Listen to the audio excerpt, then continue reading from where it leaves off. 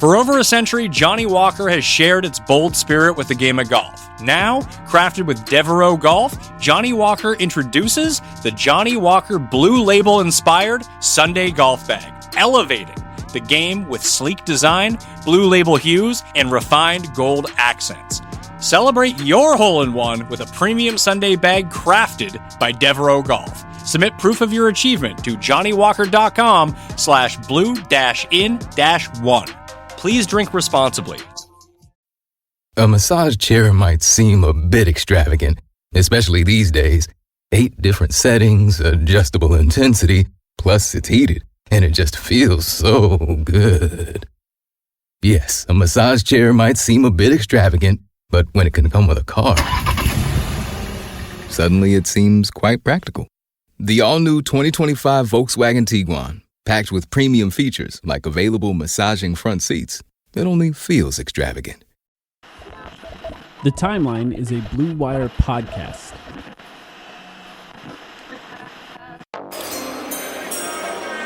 With the 13th pick in the 2015 NBA Draft, the Phoenix Suns select Devin Booker from the University of Kentucky.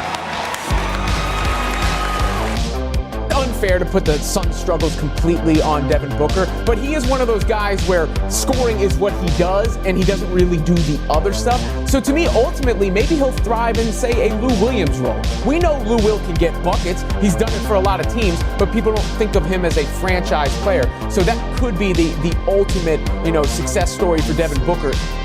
I love Kyle Kuzma, and I want him to stay a Laker. But we talking basketball here. And if I could package Kuzma with a multitude of players and even a pick, then I can get myself Devin Booker to join Anthony Davis and LeBron James. Would I do that? Hell yes. Devin is taking out his Phoenix Suns frustration on the 5-on-5 run. That's the problem. And you clearly heard him say it. I got to deal with this during the season, and y'all going to double team me in rep? It's all about winning. Why are you walking around like that? Jay, you don't double team in rec ball. You don't? Jay! You don't? Jay!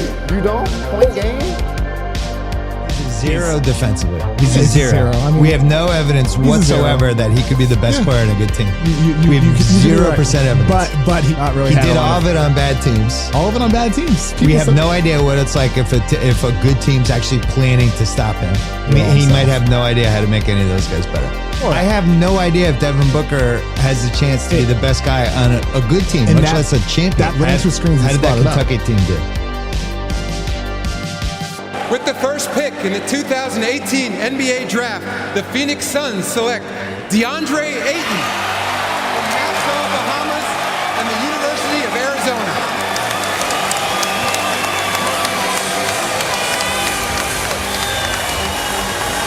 Ayton going ahead of Marvin Bagley III, and he is the 9th straight freshman to go #1 overall. Mom, how do you describe this moment and how it's come full circle? It's amazing. It's an experience I'll never forget, and I'm so excited he's coming home to be part of our Sixers family. It's amazing. I got some Suns news for you guys. According to Woj, the Suns are acquiring Mikal Bridges, so not going to be the hometown kid in Philly for very long. In a deal that will send Smith to the Sixers, league sources tell ESPN. Suns will send the 2021 first-round pick via Miami in deal as well. What do you think of that, Zach? Wow. That 2021 Miami pick is sneakily one of the more valuable draft picks in the league. It's completely unprotected. Although we've had instability in the past, I'm only focused forward. I'm not concerned about the previous regimes. I'm not concerned with the previous teams. These players that are on this team, this is their team and their future. So that's where my focus and that's where their focus is. 76er assistant Monty Williams has agreed to a deal to become the head coach of the Phoenix Suns. He went what? 11th Cam in the draft. 11. Yep, it's right on the screen right there. Wow, bro. Nonetheless, 8-0 in the bubble, and here's Monty Williams. Hey guys, look, from Flagstaff till now, it's just been an unreal ride, right? This is respect. Don't let anybody take this away from you. You gain the respect of the league. Okay? Now we got to build it. We may get to build on it this weekend, or it may happen in the summer. We don't control it. Okay? We got to get to the point where we control it. Understand that? You guys understand that? You want to be the kind of team that controls your own destiny. Okay? That's our next step. All right? Love you guys. Welcome back to SportsCenter. Breaking news from the NBA. Adrian Wojnarowski, our senior NBA insider, with us. Woj, what do you have? The big one, Chris Paul is headed to the Phoenix Suns. He'll go on a multi-player deal from Oklahoma City. And now the Suns and Robert Sarver in the Western Conference, they become a real factor. Phoenix Suns have signed forward Jay Crowder to a 3-year, $30 million contract. Do you think Western teams should be concerned, the top teams in the West, about these new look Suns? No, not the top teams. I don't feel that way at all. Phoenix can now dribble this out. 5 seconds remaining. It is official. For the first time since 2010, the Phoenix Suns are headed to the NBA playoffs. And the Phoenix Suns have gone on the road after missing the playoffs for 11 consecutive years and beaten the defending champion on their home court in the first round. First round series that LeBron James has lost in his career. Right now, this would be their 7th consecutive win. That's it. This will do it. Suns have swept the Denver Nuggets. The Suns are going to the conference finals. Conference finals are done. The Phoenix Suns, for the first time in 28 years, are going back to the NBA Finals. Chris, I'm trying to calm down, Coach. You don't have to calm down. You don't have to calm down. Hey, Javon, thank you for your time. I just wanted to ask you a really open-ended question. What is this team's potential and how far can they go realistically?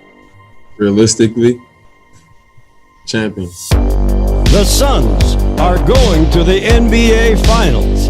The Suns have an opportunity to be the kings of all of pro basketball. The matchup is set. The Suns will face the Milwaukee Bucks, and the winner will be NBA champions. And now it's time for the Timeline Podcast's 2021 NBA Finals preview.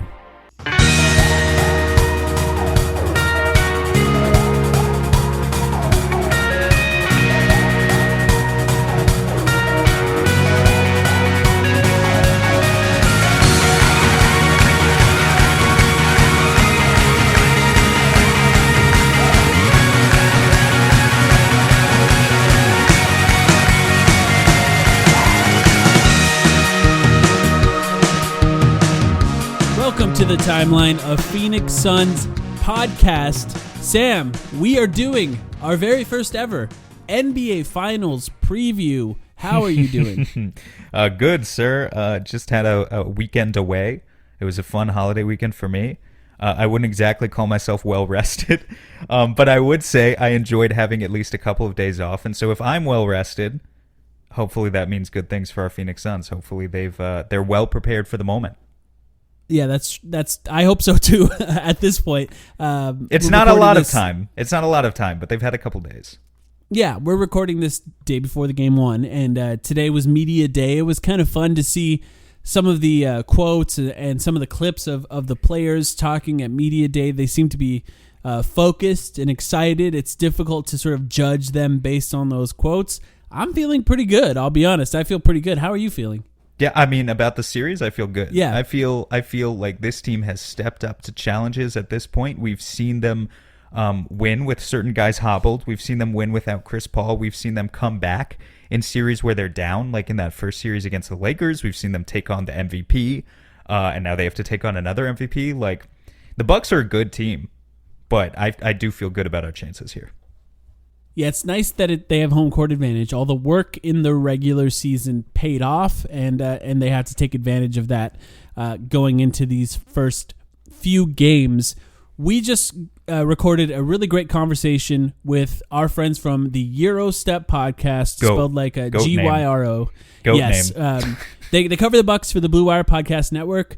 We covered this entire series with Ty, Windisch, and Rohan, Katti, the two guys who host that podcast. They also have two other guys that record on their podcast feed as well. We covered everything. The biggest questions facing the Suns. Honestly, I could have gone another hour probably, but this is the day before the game, so we want to give you guys a chance to listen to that. Sam, I don't know. I didn't ask you this before we started recording the intro here. Do you have anything else that you wanted to bring up before we switch over to that conversation? No, I think we've taken up enough of your guys' time already. Hopefully you get to this before the start of Game 1. And hopefully it has enough relevance throughout the series. We really wanted to bring on a couple of good guys to inject some perspective. The way we did we did this before the Denver series, before the Lakers series. So Ty and Rohan are good guys. Like I said, Eurostep is the GOAT podcast name. Before I ever listened to an episode of their podcast, I was like, that is just amazing. So it really is great. One question, you don't have to elaborate on it at all. When I say who will be the X factor for the Phoenix Suns, what's the name that pops into your mind? Like 3 names just popped into my mind. There's the first one. Can I give the casual answer and then the hipster answer? Sure. So the casual answer, I think, is DeAndre Ayton, because I think DeAndre Ayton's been the X factor in every single playoff series the Suns have played. He has to stay out of foul trouble. He has to guard Giannis and Brook Lopez possibly at the same time. So it's going to be DeAndre Ayton, and the media is going to keep talking about him because he's been awesome. Hipster answer, Campaign. I like it. They have a bad bench. I'm going with Campaign. He can tear shit up. Look, my answer, if you think your answer was casual, wait till you hear mine. Devin Booker. He's going to be the guy. You normie, yeah. He's going to be the guy with the best defenders on him from the Bucks, and that means if he plays well, it's going to go well for the Suns. There's something about the phrase X Factor, and we're going to get to the discussion in a sec. There's something about the phrase X Factor that implies like not number one, but like the hidden low key kind of. Anyway, let's send it over to the conversation with Ty and Rohan. Yes, shout out to Ty, shout out to Rohan. I think you guys will like this conversation. We'll switch over to that right now, and we'll be back after Game 1.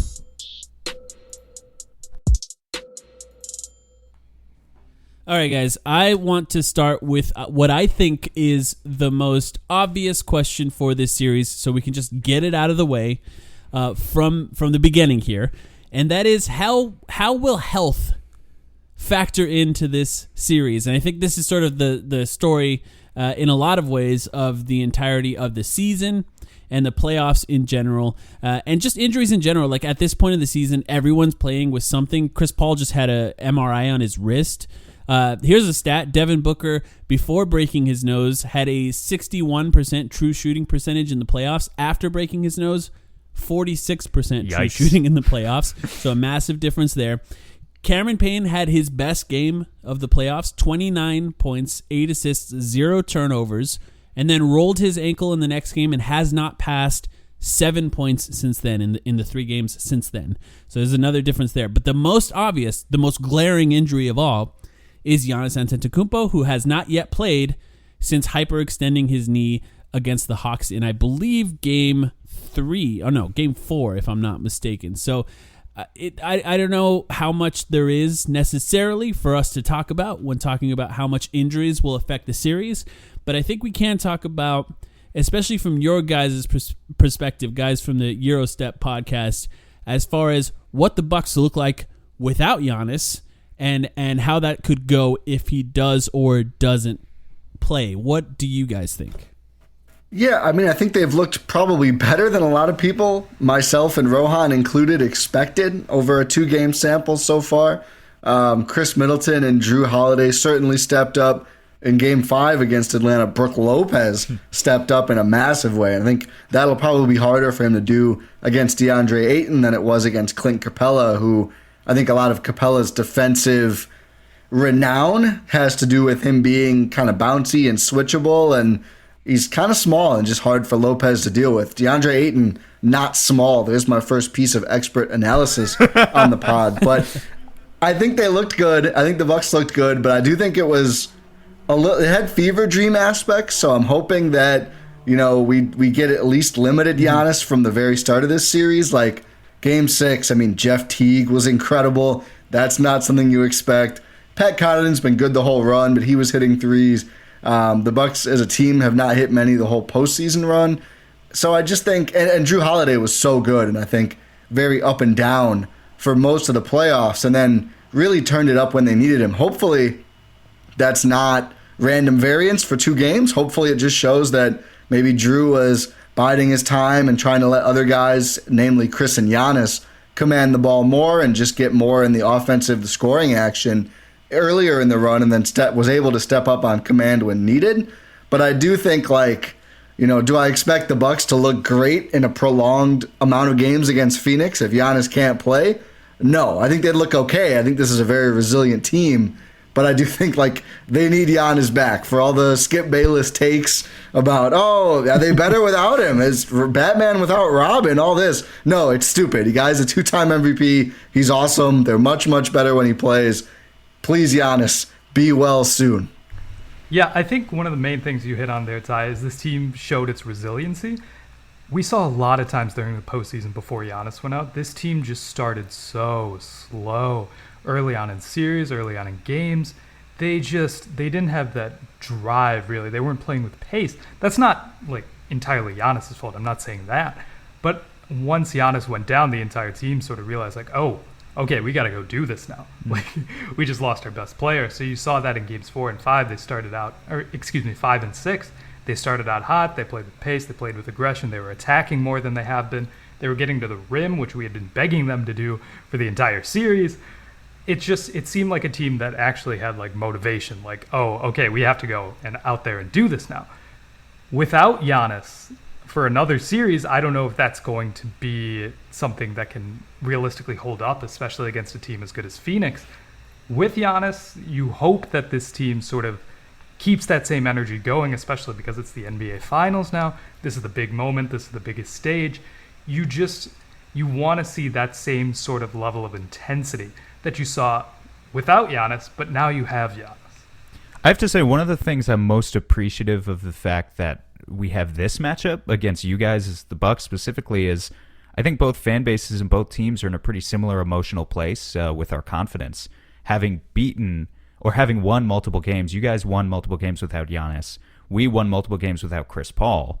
And to your point, Rohan, I think that did similar things for both fan bases of understanding, these are teams that can overcome some level of adversity. Obviously, you still say you're the best team with your superstar available, but that doesn't mean the other guys are just going to roll over. To what you were saying, Ty, a little bit, I know you were talking about Skip Bayless there, and I'm by no means am I going to say that the Bucks are better without Giannis. I'm expecting him to suit up in Game 1 based on the limited info we have now. I'm expecting to game plan for him, and I'm expecting him to be a handful.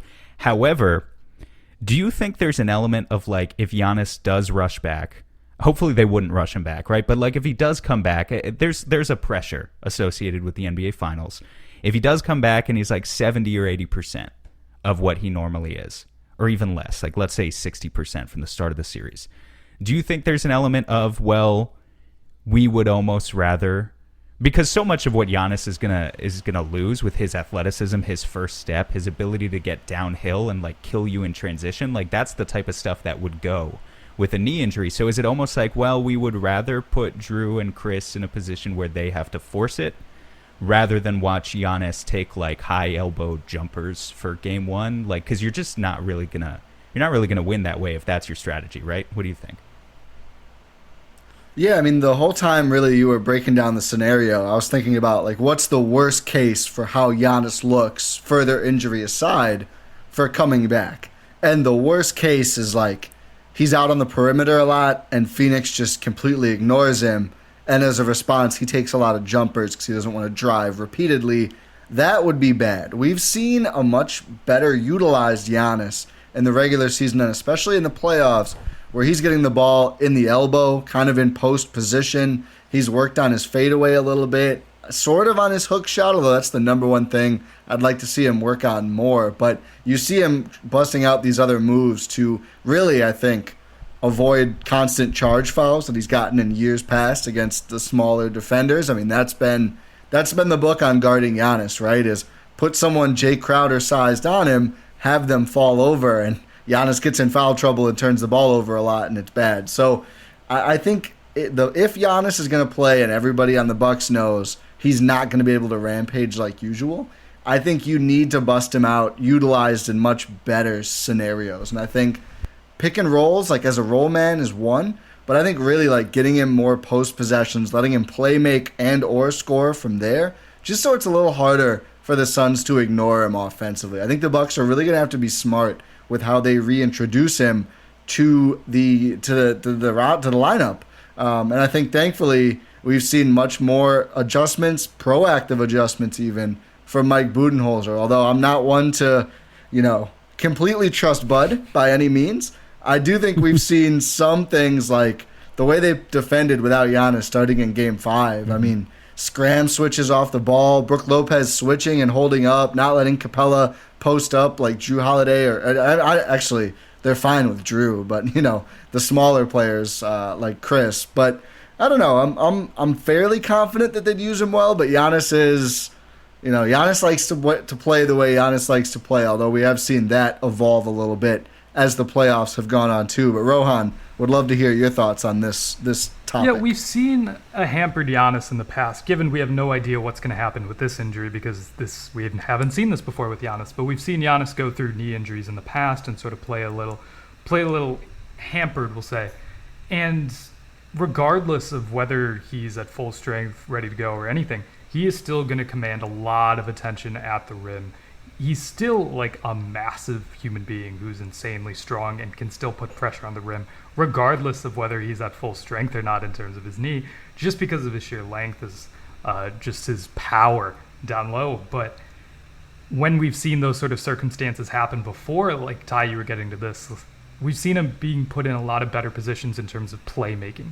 He's been making the right pass. He's been making the right reads, especially during this postseason. Like early on, he's really, really evolved as a playmaker, and it's become one of his greatest strengths. We're seeing him get guys in better positioning. We're seeing right team movement, right team adjustments in terms of getting in positions where Giannis can find them easier, lots of relocation, stuff like that. We can still see Giannis attack the rim, but he can also be a fantastic playmaker, even if he is hampered. So let's say he is, not at full strength, 70 to 80%, let's say. He's still going to make a massive impact out there on the floor, regardless of whether he's like fully attacking in transition or anything. Yeah, I think the point on him just being the screener in pick and rolls is just he becomes valuable there because anytime you do something like that, it garners attention. You have to pay attention, especially for someone like Giannis. When he does not have the ball, if he's rolling to the rim, you got to pay attention to that. So I think, that's a great point there. I would love to hear what you guys have as one of the questions, either one of you guys from the Gyro Step podcast, because we can just go back and forth between ours and yours and see what the questions are. I think I've got... Oh, do you have a good one, Rohan? I have a very basic one. Okay, I was just going to start off with sort of matchup questions here because when... that was mine after too. Dante DiVincenzo went out in the Miami Heat series, the Bucks have been playing big. They've been starting PJ Tucker for the majority of the time, sans one game. The Suns' two best players are obviously elite, obviously just incredible in Chris Paul and Devin Booker. They are a little small. And obviously they've made that to their advantage. How do you see Chris Paul and Devin Booker sort of matching up against a Drew Holiday and a Chris Middleton on the defensive end? Yes. Yeah.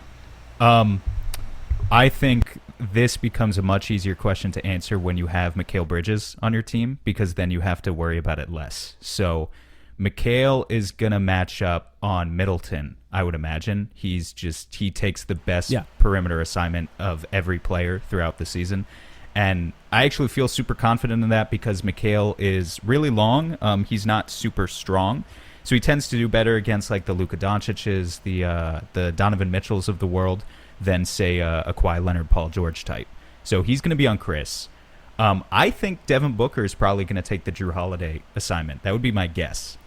Oh, really? Oh, I figured Book on PJ and then CP on Drew. What they try to do is Chris Paul is a good helper at this point in his career. He's smart. He's not going to be out of place. Actually, so it's kind of interesting you brought that up, Ty, because really they're the inverse of each other. You look at Chris Paul and Devin Booker. Like, Chris Paul's a smart team defender. You're not going to catch him sleeping, but he's just small and he's just old, and so they're going to hide him on a corner shooter like PJ and then say, hey, you can help off him if you don't think PJ's going to make the shot. Booker is bigger, and he's stronger, and he's motivated. We've seen him in these playoffs. Like, he's motivated by the idea of playing solid one-on-one man defense against, like, tough players. Like, he takes that as a challenge that he embraces it. Where Booker tends to fall asleep on defense is if you put him in too many actions and, like, someone slips behind him backdoor. So if they don't allow that to happen by putting him on a guy who's going to control the ball most of the possession, like Drew, I think they would actually live with that. They would be pretty happy with that matchup. And then so Chris Paul is probably going to be on PJ. Fascinating. Yeah. So, go ahead. Yeah, and I do want to ask you guys, too, you do think PJ is going to start? Like, I just want to start from there. Yeah, I think absolutely. Like, no question. Okay. He's just proven too much. The Bucks' identity this postseason has been defense. I mean, their offense has been here or there, which is shocking because most of the regular season, they were offensively much better.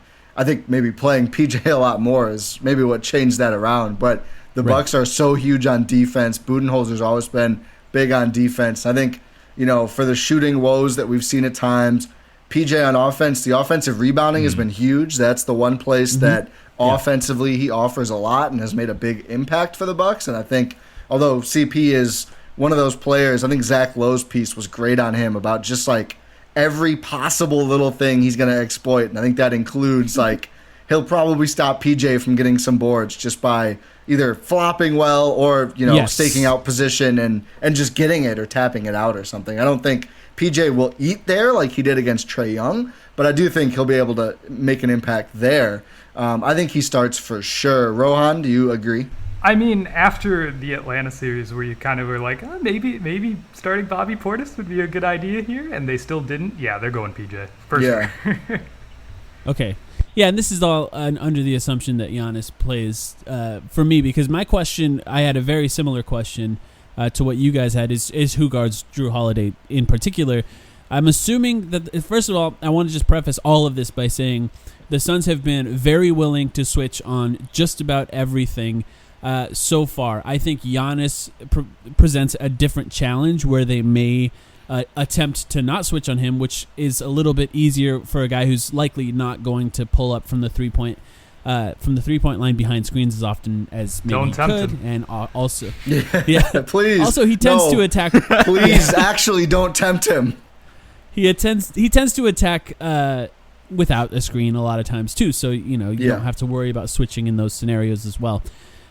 So I'm just assuming Ayton on Lopez, Crowder on Giannis, Mikal on Chris, and I think when at that point then you have Devin Booker and Chris Paul, and you're looking at PJ and Drew. And I think Sam said it right, and I think this is something that the Hawks did, right? Trae Young was sort of hiding on PJ Tucker a lot of the times. PJ Tucker, not much of a movement guy. Yeah. We love him, as we all know. I love PJ Tucker, and you look, the Suns revived his career, right? They're the ones that brought him back from China, and he just now in media day he called it his second home. Eddie Johnson, the guy who is the color commentator for the Phoenix Suns, used to say that PJ Tucker might as well have a couch in the corner because he just sits there and waits for the ball. And so, Chris Paul on him, I think that's probably the right way to go, especially with what he's shooting right now. PJ Tucker, once again, I love him. Not shooting very well in the playoffs so far. So you can kind of help off of him a little bit more. And I think you're right, Ty. I think that Chris Paul's going to try and bait him into as many fouls as possible when he crashes those offensive boards. The Bucks have been one of the better offensive rebounding teams in the playoffs so far, and the Suns have been one of the worst. So I think trying to negate that advantage in any way possible, if it's Chris Paul, it's not going to be boxing out, right? It's not going to be going over a guy and getting a rebound. He's going to have to use his brain, and that means his body will go limp as soon as PJ Tucker tries to climb him in any way possible. And I think Sam brought up a great point with Devin Booker on Drew Holiday. Drew Holiday is an interesting one because, first of all, every single series so far, they have been trying to pick on Devin Booker defensively, and it really has yet to work because the best way to pick on Devin Booker defensively is to get him off the ball and try and backdoor cut on him or try and swing the ball to him and to whoever he's guarding and try and shoot before he can close out. That's like the best way to do it. And that's actually kind of hard to do, to pick on somebody off the ball like that. So more often than not, they've been getting the switches and attacking him, and he's held his own. I mean, he's strong. He doesn't have long arms. He's strong, but he's smart, and he's capable of holding his own on the ball. So I think it's going to be an interesting challenge for him. In a way, I think with the kind of effort that Devin Booker is going to expend guarding somebody like Jrue Holiday, who's going to have the ball more often, and then taking the best defender on the Bucks in the offensive side for the entire series, he's going to be a bit like I wouldn't be surprised if Chris Paul ended up with more offensive stats by the end of this series, I guess I could say, because I think Devin Booker is going to have a little more of a challenge on both sides of the ball than Chris Paul will, depending on what you guys think, because I also would like to hear who you guys think is going to guard who from the Bucks end. But yeah, I agree with Sam, I guess is my point. Yeah, I mean, I'd love to go through who I anticipate guarding who for the Bucks momentarily, but just on that thought of like the way to hurt Devin Booker, this reminds me a lot of like Harden and Kyrie, and especially Kyrie. Yeah. I mean, injured Harden just couldn't move. That was a different beast. But healthy Harden and Kyrie, like I thought Kyrie played tremendous defense when he was healthy in that series. I thought the way you pick on him, and especially on Harden after he couldn't move, was like get them in action. So I think maybe too late for that series a little bit, but especially against Atlanta, Jrue has been running a lot of ball screens and like throwing a lot of either oops to Brook or Giannis, or just getting them the ball and one step away. And it's especially Brook, his touch has been tremendous. I think Marcus Johnson, a Bucks color commentator, shared that nobody in the playoffs has a better field goal percentage in the restricted area. I think Ayton is second and Brook Lopez is first. Lopez shooting like 81% or something. Like his touch has been ridiculous, and he's been huge for the Bucks, especially these last two games. So I hope even with a healthy Giannis, they find ways to get him working inside. Obviously, the spacing isn't perfect, but those two are going to play a lot together just because they're too good, and the Bucks don't have enough options, quite frankly. But so yeah, I think if Jrue continues to run a lot of pick and rolls, right, and like get moving to the paint simultaneously with a big guy, so you have to watch the lob, you have to watch the kick out. Jrue himself is like really, I'll say, rounded into form attacking the basket. I mean, he's great all year. It's his best offensive skill, I think, because he's just so damn strong. But earlier in the playoffs, he was just kind of wishy-washy from everywhere. Lately, he seems like he's on a different level. So really hope we continue to see that, obviously. So I think that could be interesting if they put Booker like running around a bunch of screens or dealing with a bunch of screens. I think that sounds like it's going to be the optimal way to play it. I hope the Bucks don't just try to ISO him because, I mean, he's a big guy. He's got a chip on his shoulder, like you guys said. Nobody likes hearing about how they're a bad defender, certainly. So I hope that's not the play, and I think especially with a more limited Giannis, I hope it won't be. But my read, and I'd love to hear your guys' take and Rohan's take, I think we start with Jrue on CP, PJ on Booker, Chris on Bridges, Giannis on Crowder, and Brook on Ayton. And I think that Brook-Ayton big man battle might sneakily end up defining the series, because I think both of them have been so good. And it's like, will Ayton's youthfulness and strength and energy win out, or Brook Lopez's savvy? And he's pretty damn strong too. But those two are like, the way they play on both ends is going to be so big in this series. So can I just ask, and I have a couple of follow-up questions, actually. I have a bigger one I want to talk about in a minute. But just from the outset there, first of all, I looked up the regular season stats. Jrue played more possessions on Chris Paul in the regular season. I actually came out thinking he was probably going to take Devin Booker here, but for you to say the opposite, he's probably going to take CP3 makes sense. Why PJ on Booker and not Middleton? Just what's the logic? I was thinking Chris Middleton on Booker, considering the matchups we've seen throughout this postseason, because out of the two guards that you're going to play, Booker is going to be the guy moving around off ball a lot more than Chris Paul. So in the Heat series, we saw Chris Middleton take the Duncan Robinson matchup. In the Brooklyn series, we saw Chris take the Joe Harris matchup. I could see this sort of being a similar sort of mindset. Obviously, they're very, very, very different players. But I could see Chris Middleton on Devin Booker and put PJ on Mikal Bridges. Makes it a little bit easier for the Bucks' perspective, but Ty, what's your reasoning there? Well, I mean, first and foremost, just think of the offensive loads that both players are going to have. I mean, you mentioned it earlier, I think Mike, with like Booker and how much he's going to have to do and dealing with potentially guarding Drew Holiday. Like, Chris is going to have to do a ton on offense, especially early in this series, but really all the way throughout. PJ, not so much. I mean, we talked about a couch already. I mean, his quote from the Nets series on like, do you feel like you have to score more? He basically said, no. Like, I'm guarding Kevin Durant. No, I don't. Like, do you know how much energy this takes? Like, I refute that notion. I'm kind of busy out here. And I think you'd rather dedicate, hey, PJ, put 85% of your energy on playing great defense and then rebound and hit some threes, please. Whereas Chris is going to be an engine. And also, PJ's defense on Book at the end of that controversial regular season game, it was excellent. It was great defense. Like, I think he starts there. I mean, he started picking up Trey in Game 6. That might have been because Trey was pretty hampered, hard to say.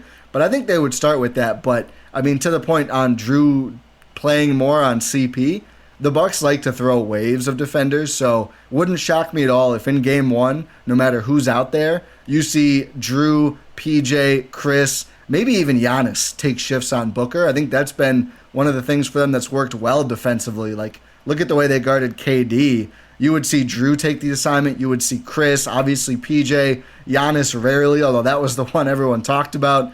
They're going to throw waves of defenders at these guys for sure, and that's one thing Bud has not been afraid to get weird with. Ever since I saw Giannis match up on Kyrie to start the Brooklyn series, I was like, okay, we might see some controversial defending decisions, but I think this is one area where Bud's tendency of like, I want to try everything out a little bit and see what works is actually pretty smart. Like, I think you can strike gold by doing that from time to time. I just think PJ on Booker would present such an interesting narrative, maybe more so from our perspective than your guys, but it's because like 6 years ago at this point, when Booker was first drafted, there were interviews about how PJ Tucker was the guy. Like, he took him under his wing in practice. He beat the shit out of him.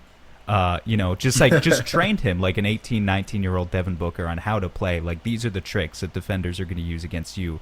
I don't know if he was thinking necessarily about the playoffs at the time. The Suns weren't a very good team, but like, this is what you have to do to become a better player. For that, I have no doubt that made Devin Booker a better offensive player, going toe-to-toe with a guy as tough as nails as PJ in practice. For that to culminate in this matchup in the NBA Finals would just be pretty funny. And I think he has his advantages. Booker's he's a bigger guard. He likes to use his strength in order to try and create separation, and I don't think he would get really any of that against PJ. But I think the other thing you have to worry on the other end of the spectrum is just PJ's quickness with where he is at this age is not what it once was when he was in his heyday. And so, I think Bud would probably be pretty quick to make that adjustment. If he saw PJ getting blown by, he would put Chris on him instead. I think it's almost as simple as Devin Booker went from 18 to 24, and PJ Tucker went from 30 to 36 in that time. And that's a big difference, as far as athletic primes. But I actually think PJ Tucker could do a pretty. I mean, I saw what he did to Kevin Durant, and of course, Kevin Durant. You can't stop Kevin Durant. We all know how it works. Like, it's almost similar to the way that Suns fans talk about DeAndre Ayton guarding Giannis, for example. Where DeAndre Ayton does a relatively good job, but you still can't. What are you going to do? You still can't stop him. And I think PJ Tucker with KD, that's how it was.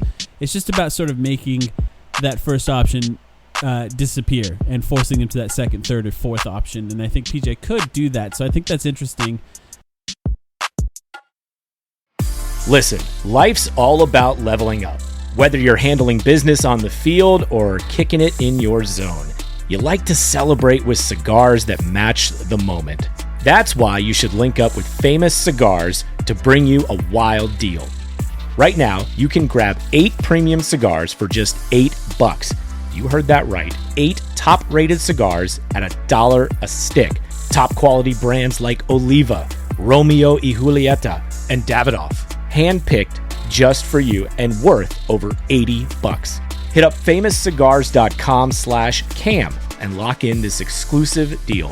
While you're there, check out their insane selection of premium cigars, all shipped fresh and fast from their massive 20,000 square foot humidor. That's half a football field. Famous Cigars has been in the game since 1939 and still family owned. So celebrate every win with the folks at Famous. 8 cigars for $8. FamousCigars.com/Cam.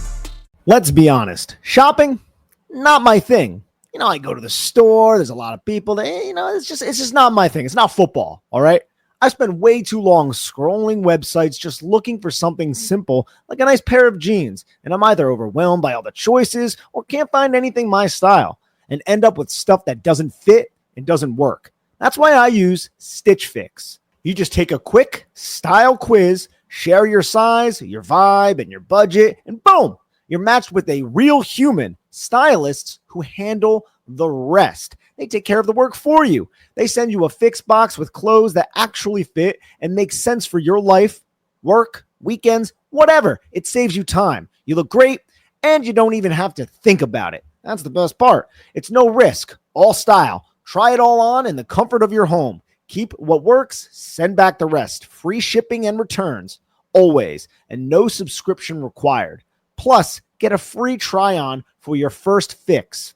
Get started today at stitchfix.com/podcast to get $20 off your first order, and they'll waive your styling fee. That's stitchfix.com/podcast. I imagine, Sam, I know you had a question that you said was related to defense. I think that we probably have a similar question, so I'd like you to get to that one and see if you okay, can well, I don't know. Maybe it's the same, maybe it's not. But I think we can only spend so much time talking about like the initial matchups, because ultimately those initial guys, this is what I'm most curious about with the Bucs. The biggest reason for me personally, from the outsider perspective, to buy stock in what the Bucs were doing this year, despite the worst regular season record. The reason it all made sense to me that this was still a team that I took very seriously the entire playoffs was because you guys started switching. You perfected the drop defense years ago. I feel like Milwaukee was like maybe the first team to do that in the NBA in the modern era.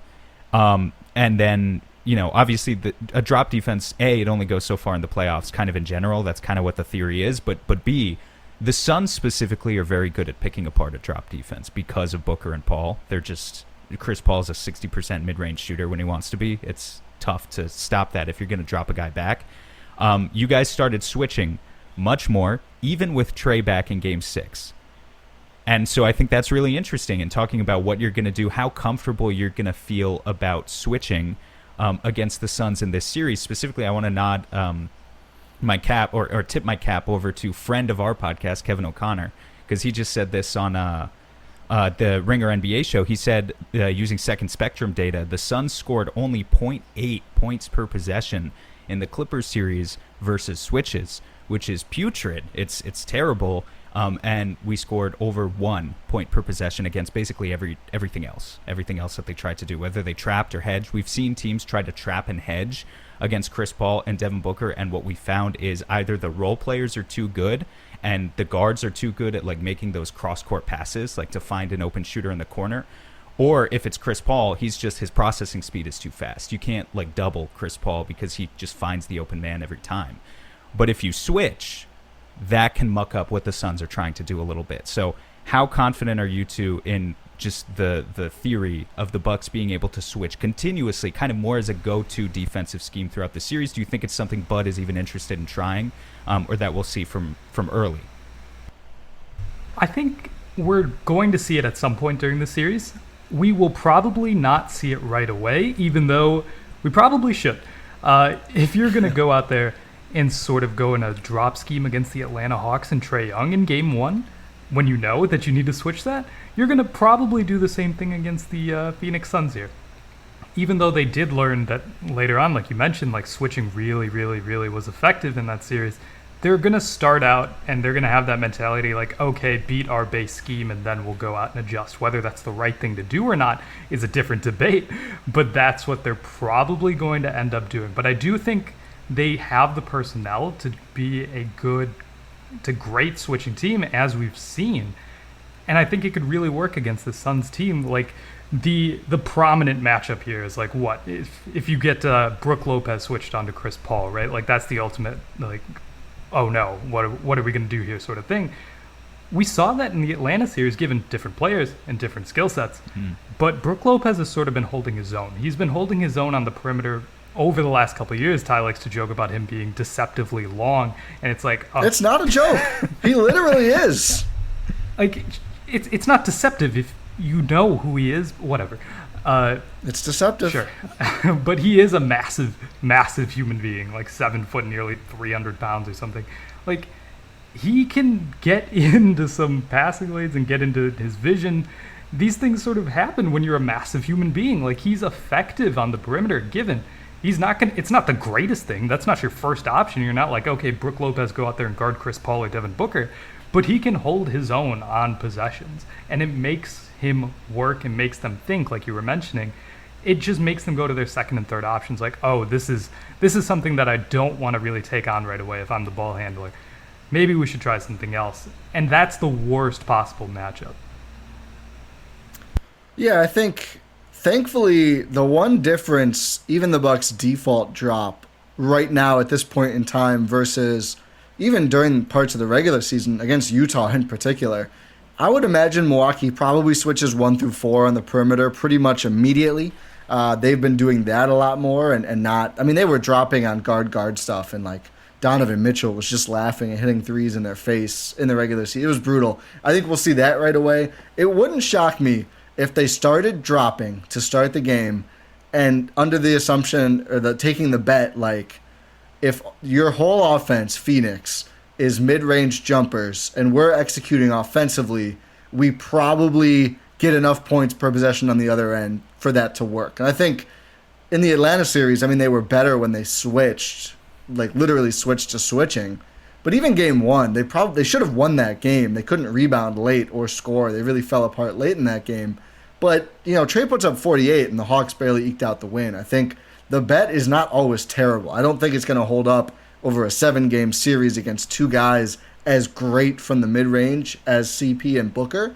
But I think we're going to see some of it until the Suns manage to punish it enough. And then we'll see the switching. And I think, you know, people are going to say Bud is stupid for that, which is fine. I mean, I've said that for a lot of reasons in the past, although we're riding with him now, baby. But I do think part of it also is like, I don't know if Brook Lopez can play big minutes and switch constantly for 7 straight games of a series. Like, he's huge. He's not very young, and it's kind of just preservation. I mean, he works hard no matter what. He's such a fulcrum of that defense. But obviously, you know, him having to go out to the perimeter and mess with a Chris Paul or Booker is a lot more work-intensive than timing and the thought of playing drop defense, which is more cerebral. So I think we'll see it. I don't think the Bucks are going to, you know, lose 4 straight games or 4 total games because of a complete unwillingness to go to switching. I think we're going to see switching as early as game 1. But I do think the Bucks are going to try that bet at least a few times. Like, you know, if we drop and everyone stays home on shooters, which that was their worst sin in past years, 2019 conference finals especially, they're dropping and helping one pass away. And Kawhi just had a buffet of easy shots and passes. If they stay home on shooters and drop, it's like, listen, Book, CP, you guys might get yours, but maybe your teammates aren't involved. Maybe we don't give up lobs. And maybe, you know, even great mid-range shooters, it's not the most efficient. So it's going to be interesting to see. I think they start dropping. Be interesting to see, A, how it works early on. I would assume not super well. And B, how long they stick with it. Ty, I'll be honest. Hearing you say that the possibility of the Bucks just sort of giving up whatever is available in their mid-range to the Suns, every single Suns fan listening to this is just ecstatic at the thought of that, because that tends to be what the Suns want. Like they kind of just play for that, and with Devin Booker and Chris Paul being literally 2 of the best mid-range shooters in the NBA, that makes it really hard for me. And Sam, I did have this question, essentially almost exactly as you worded it.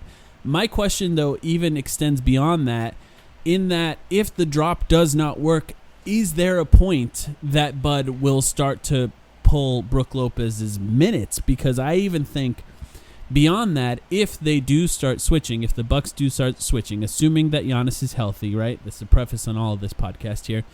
I'm not sure that Brook Lopez can continue to play. Now, I appreciate that you guys mentioned that you're a little more confident in him on the perimeter than I am. I do think it's a little interesting that the Suns have 3 guys that attack in 3 different ways on those switches, being that Devin Booker is like a true 3-level scorer. He might hit you with a step-back 3. He might get past you, pull up from mid-range, and try and get fouled. He might get to the rim.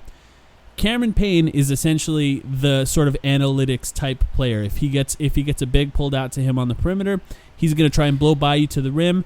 If he hits that jab step, the big backs up, he's just going to shoot the pull-up 3. And then Chris Paul is sort of that side-to-side guy that's going to sort of rock you to sleep and try and pull up from mid-range. And I just think the combination of those 3 guys... Keep going, but can I ask a question I'm dying to ask after you finish making this point? I have something I need to know. Okay. The combination of all 3 of those guys and the way that they can attack Brook Lopez in particular on those switches, I think is going to put a lot of pressure on Bud to do something that the Bucks appear to be resistant to do, and that's really just put Giannis sort of at center, because regardless of who Brook Lopez is guarding in that situation, if the Bucks start switching, that's the guy that's going to screen, right? It's going to be that guy that screens. If it's Jay Crowder, if it's DeAndre Ayton, if it's Mikal Bridges, regardless of who it is, they're going to work that switch to try and get one of the guards on them.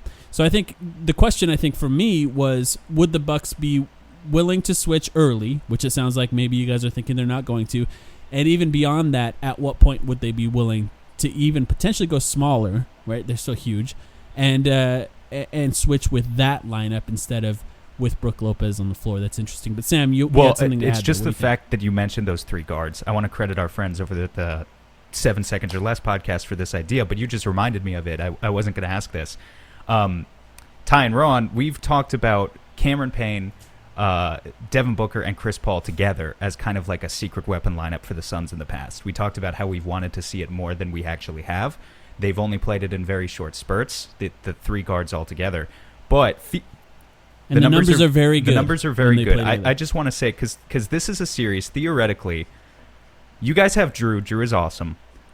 Middleton can hold his own. After that, it's kind of like just a lot of big wing stoppers and not a lot of quick guard stoppers. Do you know what I mean? If the Suns double down on the strategy of, we don't have the size, like you guys are going to get offensive rebounds in this series, so let's just double down on what we're good at and kill you with speed and try to maximize dribble penetration in a lineup. If the Suns played a 3-guard lineup with like Cam Payne is now suddenly the shooting guard, Devin Booker's the small forward, how do you think you would guard that? Like who's taking that 3rd assignment, and what do you think about that?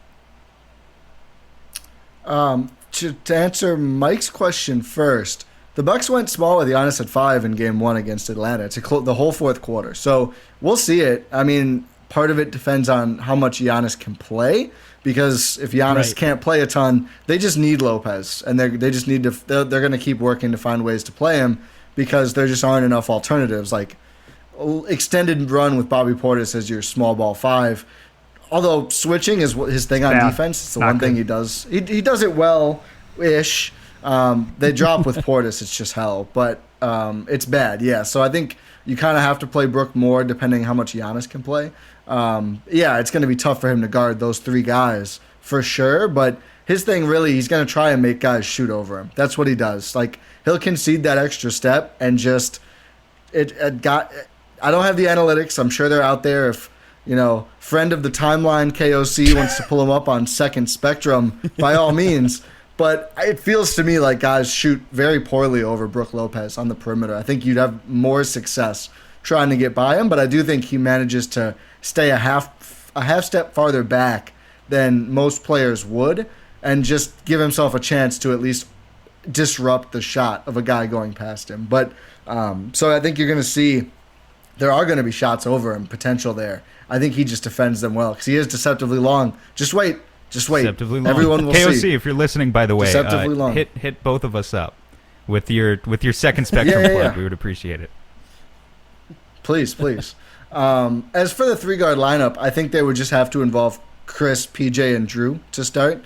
Like, with Dante going down, and Dante is not a perfect player by any means, but he's a solid to good defender of guards. Yeah. And the Bucks they don't have any other of those. I mean, Forbes is bad. I think Teague is probably going to get opportunities after Game 6. Redemption story. Terrifying. It's a good redemption story, right? No, there's one It Jeff is. Teague game during the playoffs. We had it. It's over. I think that is true as well, but it's that or Forbes. And Forbes has just been so bad, and when the shot isn't falling, he just offers nothing. So I think that the biggest question for me, and it's not, we've already kind of covered it indirectly, it's not one we have to spend a lot of time on, but it's probably going to determine the series, is like, can the Bucks size down defensively? That's what they're going to have to do. They need bigger guys to guard smaller Suns players, and we'll see how much Phoenix goes with a 3-guard look. Obviously, the Bucks' bet there is like, do as well as we can sizing down and mash the boards entirely and just keep trying on offense. Yeah.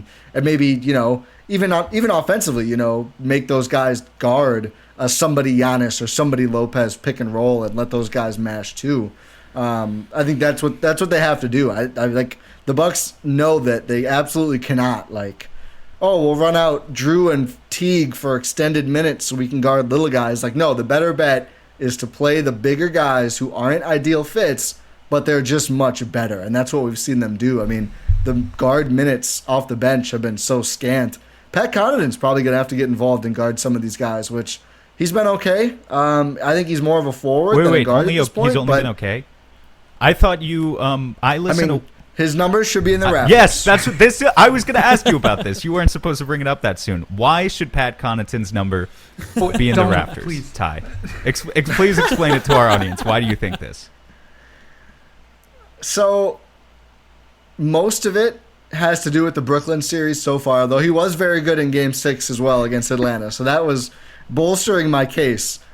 But my case for that, and we might see another series like this round, the Bucks ended up with 6 playable guys against Brooklyn, and he was one of the 6. And they ended that series just playing 6 guys, and he held up, and he was huge in Game 7. I don't think they win Game 7 without him. Like, it's not a great case. I realize this after self-reflection, but I just said it because, no one expected this from Pat. Nobody expected ever, even the most ardent baseball fans, for Pat Connaughton to be able to be one of 6 players who logs minutes and the Bucks beat a Kevin Durant team on the road. He stepped up so huge and has been so much more important than anyone, myself included. And I thought he had a good regular season, but he's become a playoff minute able player. And it's not that he's been playoff tremendous. P, one might call him. It's just that he's right. No. Don't do that to my guy. But just the fact that he was able to step up and sponge up some minutes when they just needed him to, and not be a net negative. Again, it's the worst case. Basically, for retiring Ty's argument jersey. for hanging Pat's jersey and being a pillar of the franchise is, hey, the expectations were so low, but you played. No, the case is he showed up out of nowhere and was an integral part, one of 6 guys. We can put. No, you left out the integral part of a potential. It's if they win, so an integral part of a title. If you win, you put Pat Connaughton's jersey in the rafters. If we win, Torrey Craig's jersey is going in the rafters. I saw that coming. We call it. I'm not even hurt because I saw it coming. A deal. Yeah.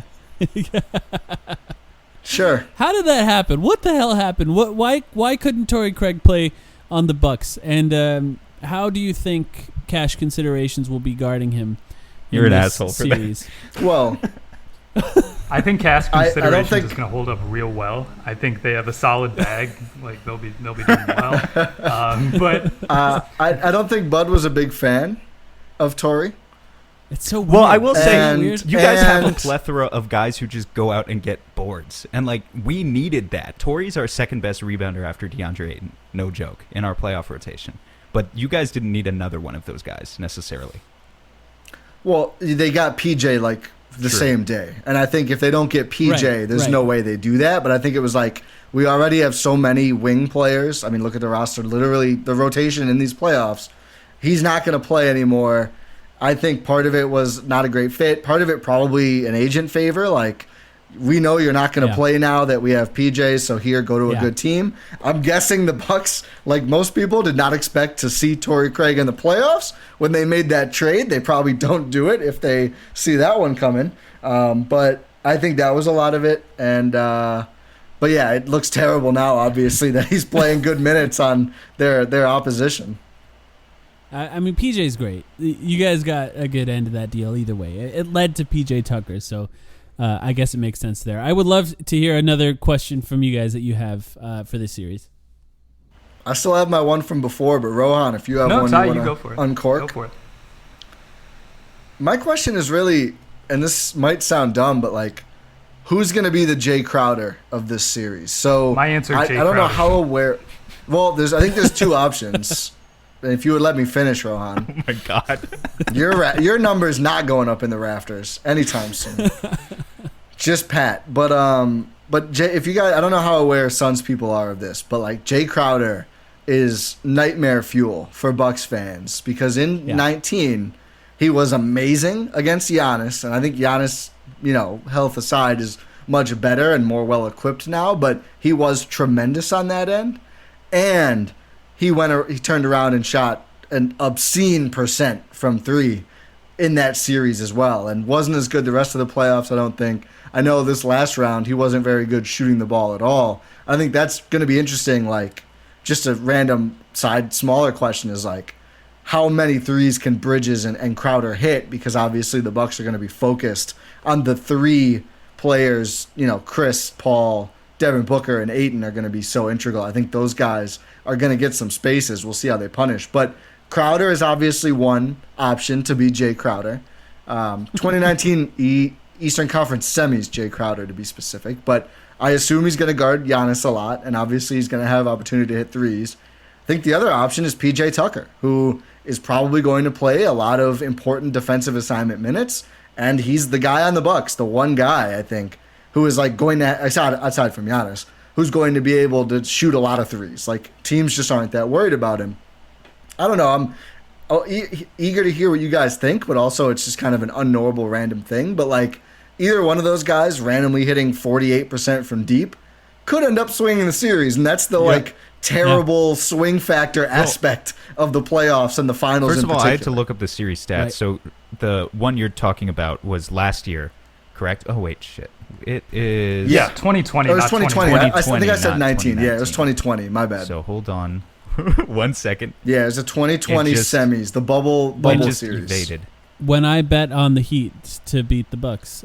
No. Sorry, guys. You're cursed. Can I just say, just while you it. look that up, Sam, Jay Crowder's the one player on both teams that has played in the NBA Finals, and even the finals that he played in was the one in the bubble, which I think when people talk about the environment of the NBA Finals, part of what's factored into that environment is the absolute insane crowds, which obviously were absent when they played in the bubble.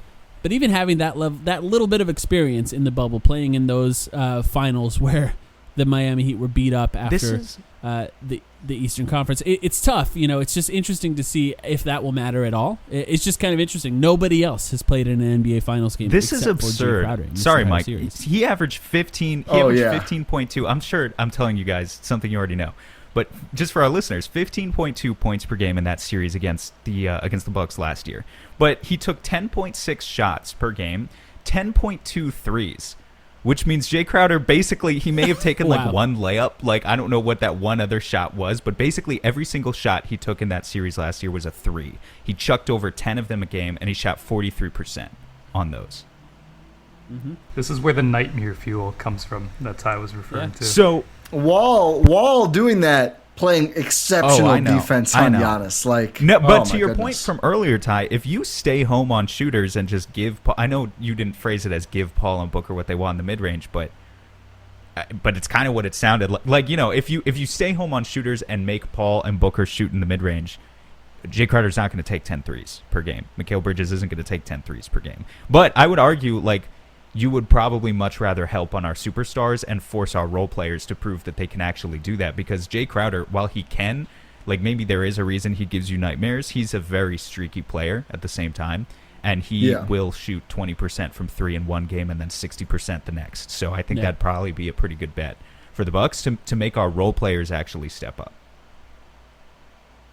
Just not Cameron Johnson, who I want no part of Cameron Johnson. Well, and I'll pass also on that. this leads me just kind of to a follow-up question for you guys. As long as we're talking about three-point shooting, What's the deal with that? Because I think there's oh Christ, that's a loaded question. So for those who don't know, the Bucks shot 38.9% from deep in the regular season. That was top 5 in the NBA. You're down to 31% in the playoffs. And a big part of that, look, I'll say from the get-go here, a big part of that is losing DiVincenzo, right? A big part of that is not feeling comfortable playing Bryn Forbes like heavy minutes in the playoffs because he's Bryn Forbes. So that, like, those two things matter. But and PJ Tucker. Yeah, and PJ well. Tucker. But like PJ Tucker played in the regular season some too. Mostly to me, it's like I think there's a glass half full and a glass half empty way of looking at it. Like Chris Middleton's shooting 34% from deep these playoffs. Drew Holiday's at 30%. Giannis obviously is Giannis. He's not going to give you a ton there. But for the other two guys, it seems like kind of aberrant. And I guess the glass half full way to look at it is, well, we've made it this far. Our offense has been, I know your defense is kind of carrying you, but your offense has been good enough to get to the NBA Finals. If you just start shooting 39% instead of 31% for a full series, if I'm a Bucks fan, I'm maybe thinking, yeah, this will be easy. The glass half empty way to look at it is, well, why the hell has it been so long and we're still shooting 31% from deep? So what do you guys think? One more name to mention on just like the Chris Drew group of like, wow, why is that guy not hitting any threes? Bobby Portis, I think 47% in the regular season, is at like 30% in the playoffs, despite most of his looks being very, very good, like trailer or corner or anything else. And Portis has played well. All those guys, of course, the first two more so, have played well in spite of that. I think at this point, there is like the feeling among Bucks fans, and I share it, is like, threes would just feel like found money at this point. Like they're so used to winning without hitting a lot of them, and defense is huge in that. Being monstrous, scoring at the rim is a lot of that too. I think that's been more important even. Like I think there's been games where the Bucks looked like they were going to lose. Game 6 against Atlanta was one of them where like the other team is hitting all these threes and you just know the Bucks won't, but they keep getting inside and they just keep engineering buckets. I think that's been huge for this team. And I think it's almost like I do think the one advantage the Bucks have over the Suns, I think people would look at this and go, if they're just looking at that particular topic, well, if everyone's healthy, Giannis is probably the best player in the series.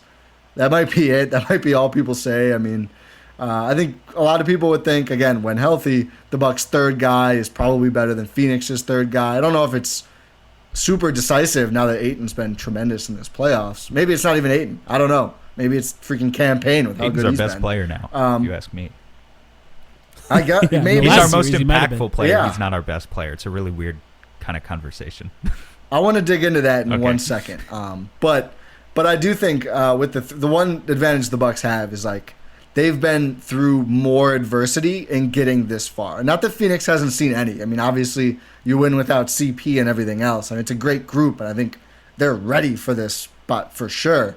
But the Bucks have been in like multiple scenarios where it's like, oh, our playoffs is probably just over. I mean, they sweep Miami, sure, but they needed overtime in Game 1, and that Miami team stunk. And I think if they lose that Game 1, things could have gotten a little bit ugly. Probably not, because they were so talented. But they could have. I mean, that team was nightmare fuel demons too for a lot of Bucks fans. But the way they lost Game 2 in Brooklyn, oh my God! I mean, we thought the run was over. The core would have to get broken up. We called it an organizational failure. The way they lost Game 5 against Brooklyn was pretty much as ugly, and they persevered and win. Game 4 against Atlanta, you start out flat, then you lose Giannis. The fear is maybe for the postseason, and they lose that game, but he's healthy, and they come back and win the series. Like, they've been just punched in the face, point blank, so many times that to still be here, I feel like that might be working for them more than anything else. And the three-point shooting is part of that too. Like they've gotten pretty much no positive variance, luck, whatever you want to call it, whether it's luck or skill, I don't know. It never works out for the Bucks, whatever it is. But they've won anyway. And like even in the first round, everyone said Forbes got lucky. I think he was one made total three over his season average against Miami. Like he wasn't nuts. Like he was able to play because Miami stinks on offense. And he just shot a lot, and he made about his usual amount. So I think that's just another factor in, like, these Bucks just keep finding ways to win. I think this might be their toughest challenge yet. The only reason I say might is because Kevin Durant in that series was just, like, otherworldly. I mean, I still can't believe they beat that guy 4 times, help aside. But I think, I don't know if anyone, I don't think anyone, fans, coaches, players, is counting on Milwaukee suddenly being a great 3-point shooting team. But God, it would be nice. Yeah, I think I'm about to give like a fun stat I just found, and it can be taken 2 ways. Like, one, if you're positive for the Milwaukee Bucks, it's like, oh, there's so much variance, and it's like, oh, you can do so much better. And if you're like, want to take the opposite road, it's like, my God, they stink. So in the regular season, the Bucks were 6th in the NBA on wide open threes, 41.7%, according to NBA's tracking data. In the playoffs so far, they are dead last with 30.9% on wide open threes. Dead last. And they're the positive thing is they're dead last on wide open threes, and they're in the NBA Finals. And they're still, you can shoot better than that. You technically can get worse, I guess, but statistically, you would think that it would go higher than that. Yeah, you can't really get worse than dead last. I mean, technically, I guess that's just what dead last is. But yeah, I found that to be something that stood out to me as well. I think a lot of this series and people who don't like basketball, first of all, people who don't like basketball aren't listening to either one of our podcasts, but people who don't like basketball hate hearing something like this. But like, whatever team gets hot from 3, that's going to affect the series dramatically. That was one of the things that I had written down. It's not super fun to say that, but I think that's going to have a big effect. And I think sort of we can call that Jay Crowdering, I guess. Sam has a great point about Jay Crowder. He's the king of averaging 10 points a game, but doing that by scoring 1 in one game and 20 in the next. So you never know quite what you're going to get from Jay Crowder. And it would be interesting if PJ Tucker did that. I don't know that, like, the thing about Jay Crowder that I think is interesting is that the volume of threes that he shoots, nothing bothers him. He'll shoot 35 in a game if he gets the ball open at the 3-point line if he wants to. And I'm not sure that PJ Tucker is quite like that in the way that Jay Crowder is, especially because Jay Crowder kind of roams along the 3-point line a little more often as well. So that'd be interesting to see if it is something that PJ can do. But Ty, you had something you wanted to say about Ayton, which I would like to get to because we haven't talked too much about Ayton. I'd like to hear what you wanted to ask us about Ayton, and then we can get going. Yeah, and just quickly, I thought I was going to be able to correct you, Mike. I thought Crowder was in the finals with the Cavs, one of those years they got smacked. I forgot that Cleveland fans and everyone... Yeah, they hated him. He was so bad, and they hated him so much, they traded him to Utah. I think they got Korver back, actually.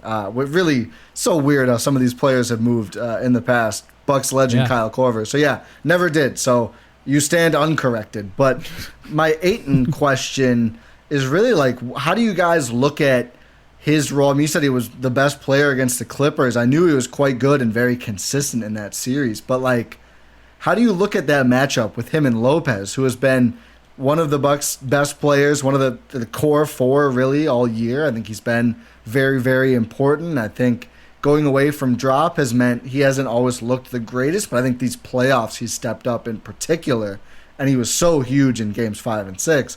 Like, on either end, wherever you want to start, but like obviously Ayton's going to be setting screens and rolling. Like, how much of a problem is he going to be there? How much is he going to ignore Lopez defensively to help on Giannis? I think that's going to be a huge part of the series, is like what happens with those two when Lopez is away from the ball in the action. Like, is he going to come in and cut maybe and be able to rebound or do something there? Or because if he's just standing on the perimeter and Ayton can roam a little bit, I don't love Lopez shooting a lot of threes, although he has been weirdly dependable for the Bucks in a lot of ways these playoffs. Yeah, I think he's shooting like 34% or something like that. Maybe one of the That's better, a very Brook but Lopez number. I think he's been doing that for like 5 years straight.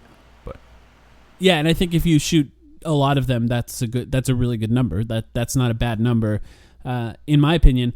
I just want to say, just from DeAndre, and just to understand, I think, where we are as a podcast, but also where Suns fans are in general. In the first round of the playoffs, DeAndre Ayton was matched up against a combination of Andre Drummond, who is Andre Drummond, right? We all know what he is, maybe the greatest rebounder of our time, but not much else, but also Anthony Davis. And then in the next round, the Suns swept the Denver Nuggets, which included Nikola Jokic, who was the MVP of the league. And the main reason the Suns were able to do that is because you just matched minutes of Nikola Jokic with DeAndre Ayton and just allowed him to guard him at all times and didn't worry about doubling, didn't send a second Never guy got in at Nikola foul Jokic, trouble which just either. sort of never got in foul trouble in that entire series. It just messes up their whole scheme.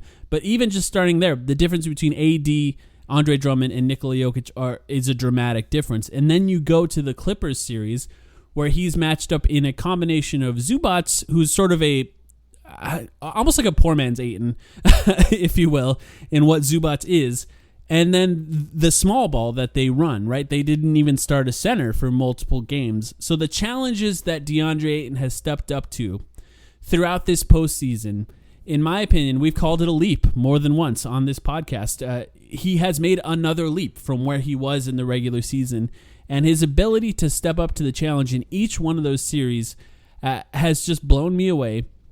And I think many Suns fans have been blown away by it. And so looking at Brook Lopez, in a lot of ways, Suns fans look at that and say it's a different challenge for him once again. It's a different kind of big man. And I would say that I feel confident in him to be able to rise to that challenge. One thing for you guys to know is Ayton tends to get better at playing against guys the more often that he does it. So whether that be throughout a series or throughout his career, he starts to understand them. He watches film, I think is the way to look at it. And he gets better over time. So I'm excited to see that matchup. I think it's a really interesting challenge for DeAndre Ayton, sort of balancing guarding him on the perimeter, help defense, and then the players around him rotating to help him out if he does end up helping in the paint, which I think he's going to have to if Giannis plays a lot. I think it's going to be a really fascinating thing. And I even think that you could see an extended stretch of these games, if Giannis is healthy, where DeAndre Ayton is guarding Giannis. And I think it's a whole different challenge for him once again, another MVP that he's going to have to guard on a regular basis. Can I just say, we're an hour in, and we didn't even mention that yet. I want to bring up the stats of Ayton on Giannis, because I don't think it's just a cute, DeAndre Ayton's 22 years old. Maybe he could stop Giannis on one possession. He's done it before.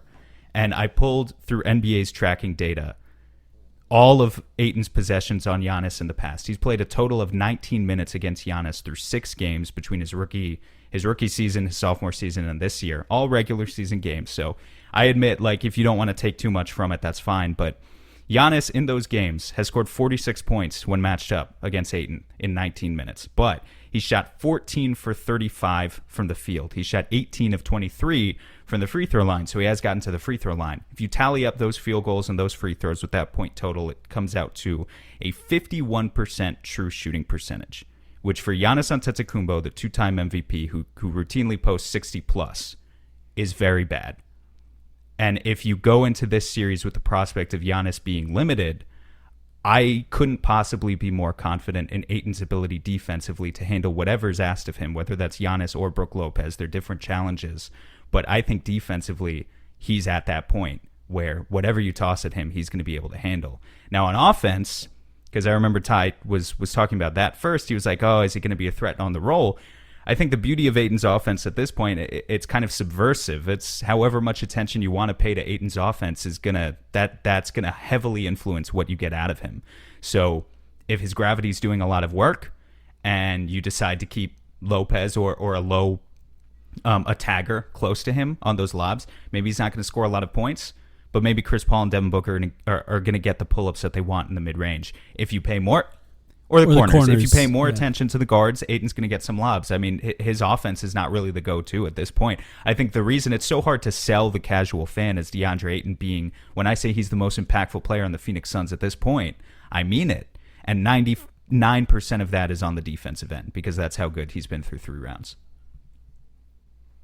So is there any chance that, let's say the starting fives are what we expect and Giannis is playing, would Monty ever stick Ayton on Giannis and someone like Crowder onto Lopez? Well, it's interesting you ask, actually, because when I looked at that data, Ayton logged significantly more minutes. I remembered in a game, because there was a game during Ayton's rookie season when we had... Rookie year, Ayton was one of the best Giannis defenders I ever saw. Since then, I feel like Giannis has gotten better, but that year, he was amazing. We won one of those. I think we won both of those games, actually, somehow. We won at least one of those games that we had no business winning that regular season. We were a 19-win team. But it was such a storyline among Suns fans because, hey, we're a terrible team. Look at what DeAndre Ayton, our rookie, just did to Giannis. I remember that being a storyline. The matchup data claims that he's logged actually much more minutes in the 2 games this year with Monty Williams as the coach. So I wouldn't be surprised if that's the case. I wouldn't be surprised at all. But I do. My suspicion. I think my it would suspicion take, is Jay starts. I think it would take a few Brook Lopez threes, I think, to do that. I think it might start the other way around. But if Brook Lopez starts hitting threes, and look, then they might switch it up. What I just said with Giannis Giannis got to the free throw line against Ayton.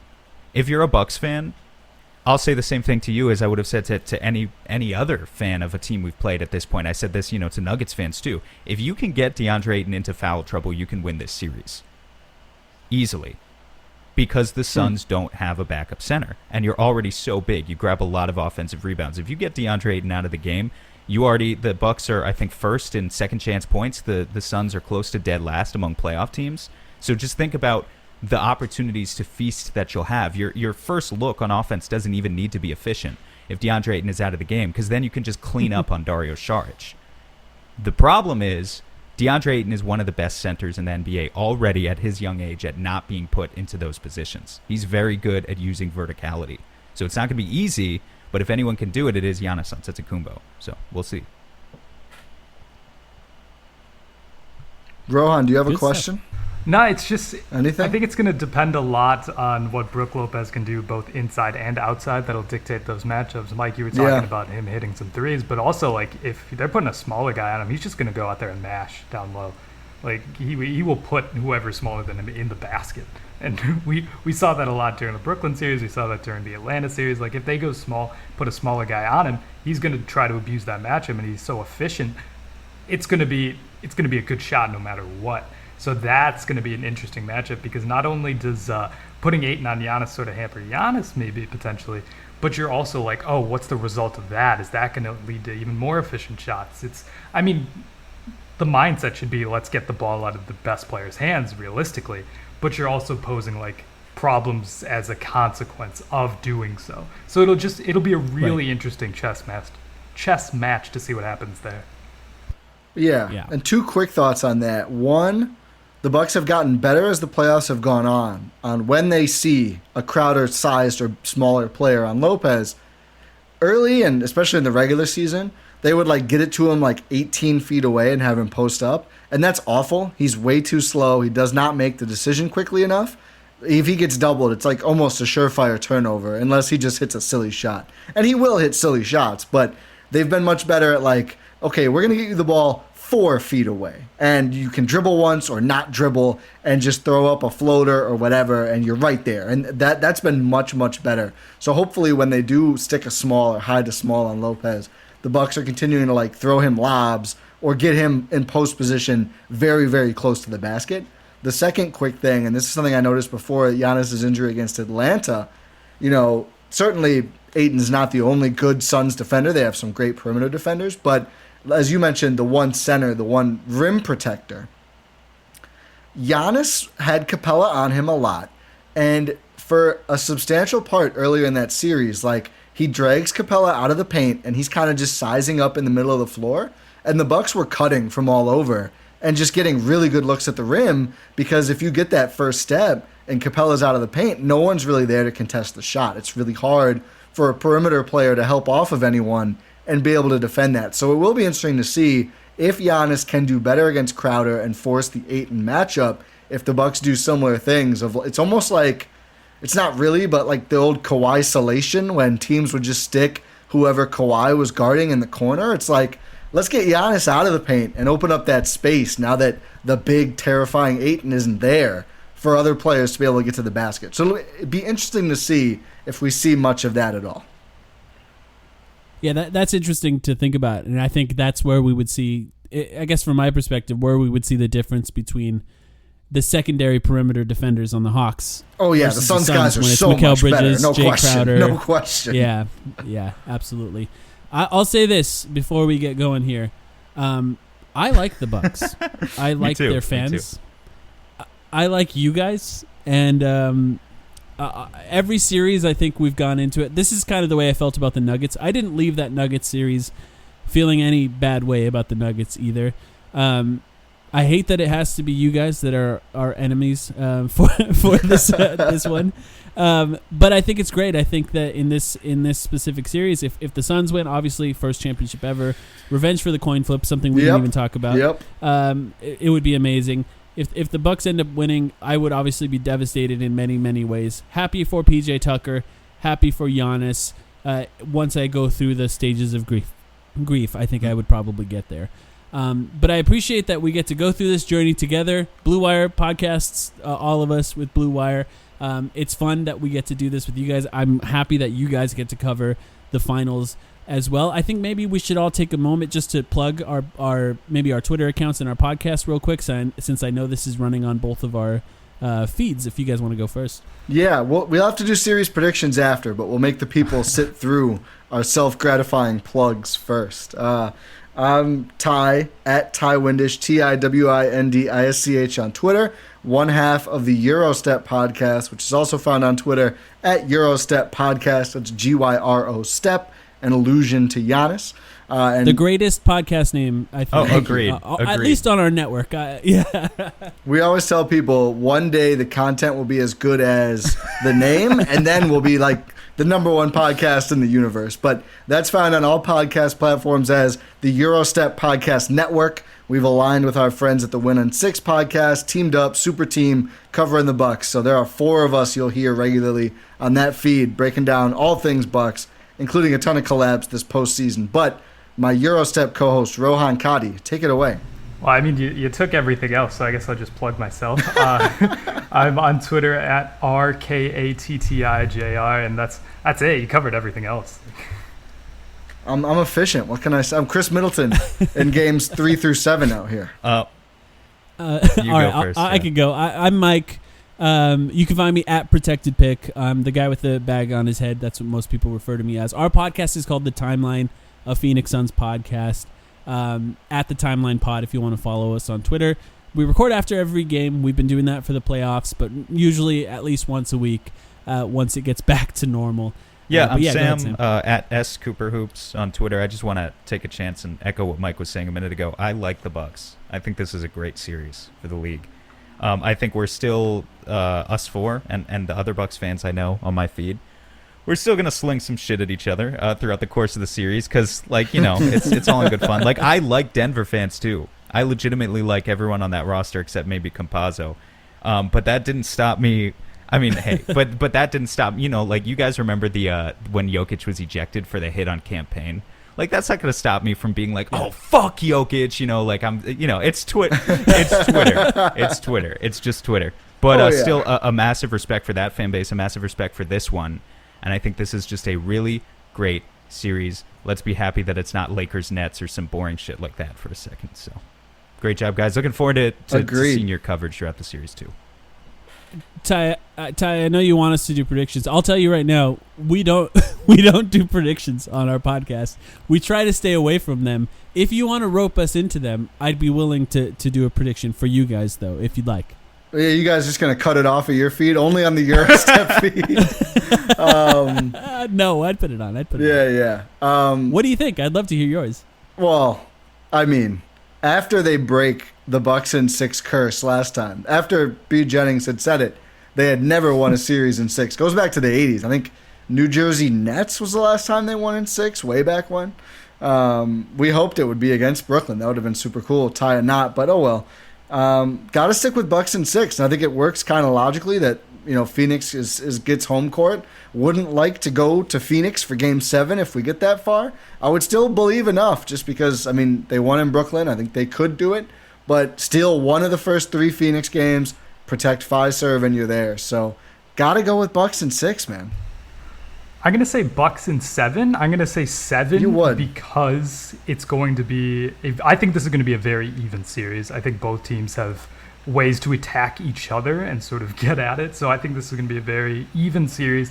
And I'm going to go Bucks in 7 because I'm part of a Bucks podcast. So if it's 7, I'm choosing Bucks. I'm gonna go. Sam, what I'm do you gonna go think? Suns Do you in wanna do 6. I mean, wow, what a shock that the Bucks guys picked the Bucks and the Suns guys picked the Suns. But I'll just say, I'm feeling at an all-time high with confidence in DeAndre Ayton, all-time high in confidence with Monty Williams. I think this team's rolling, and I think they've taken enough punches at this point for me to believe in their ability to take a few more and go all the way. It's not going to be easy, and I'm going to reevaluate that a lot depending on how Giannis looks. If he does play in Game 1, that's going to be very much like a game-to-game thing. But I'm feeling I'm feeling Suns in 6. What about you, Mike? I think I'll go Suns in 6 as well, but I'll be 100% honest. I'm about to make all the Bucks fans hate me. My initial thought was Suns in 5. I'll be 100% honest, and I know you guys are going to hate that, and I know Bucks fans are going to hate that, but that was my initial thought about this series, just because matchup-wise and with Giannis's injury, it just kind of makes me feel like that's the way it could potentially go. But I think it could go either way. Ultimately, this is why I don't do. We don't normally do predictions, because ultimately, it makes basketball less fun. I like when unpredictable stuff happens, and I like to watch the games play out before I make any sort of observations. But yeah, I'll just say Suns in 6 for now. I'm not that offended. Like if you're factoring in Giannis's condition in that, not offended at all. That your team you cover is very, very good, and Giannis is very, very good and very, very important. But final thought for me, and I don't mean to be the hogging the final spot or final thought guy. Like if the Bucks start out 0-2, I mean I wouldn't believe obviously Bucks in 6 anymore, but I won't count them out unless they're down 3-0 or they've lost 4 games and the series is literally over. Like they've been that kind of team, almost Clippers-esque. And I know the Suns have beat the Clippers. And if the Bucks don't have Giannis to end it, like the Clippers didn't have Kawhi or at all, Ty, you're not doing you probably beat the Bucks right too. Well, whatever. I weirdly trust the Bucks, and if you follow the Bucks for a while, you know why that's just a wild thing to say. This has been a great postseason for both of our fan bases, and I think I agree the league. I think it's been awesome to see these teams shine. Devin Booker's so cool, man. Good luck, guys. It should be fun either way. Absolutely.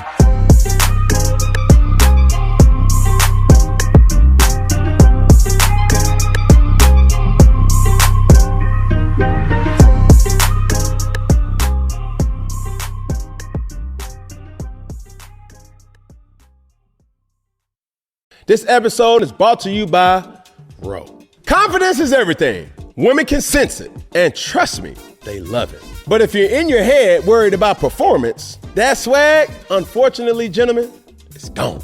Ro Sparks keeps you ready. When the moment hits, you can step up like a superhero and handle your business. No doubt, just confidence. Fellas, Ro Sparks gets you ready fast, dissolving under your tongue and working in 15 minutes on average. No waiting, no missing the moment, plus it stays active up to 36 hours. So when the mood hits, you can go back to back to back, round after round after round. Ro connects guys with medical provider 100% online, so there's no awkward conversation with in-person providers. Go to ro.com/sparks to see if you qualify. If prescribed, new sexual health patients gets $15 off Sparks on reoccurring plan. Connect with the provider at ro.co/fourth to find out if prescriptions Ro Sparks are right for you. That's ro.co/fourth for $15 off your first order. If approved, treatment ships directly to their door. Compounded drugs are permitted to be prescribed under federal law, but are not FDA approved and do not undergo FDA safety, effectiveness, and or manufacturing review. For full safety information, go to ro.co/safety info.